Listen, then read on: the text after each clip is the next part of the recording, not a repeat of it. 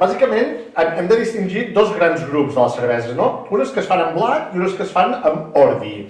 Llavors hi ha molt encara, no? Perquè llavors hi ha les ale, saps? I llavors hi ha les lager, saps? I de les ale hi ha l'ale, la brown ale, l'ale lale, la pale lale, l'ale,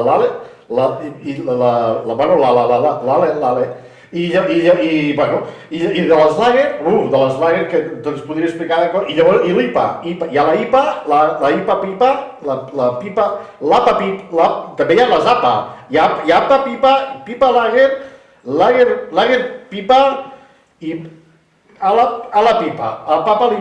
Bueno, ara sé bastant jo de birra.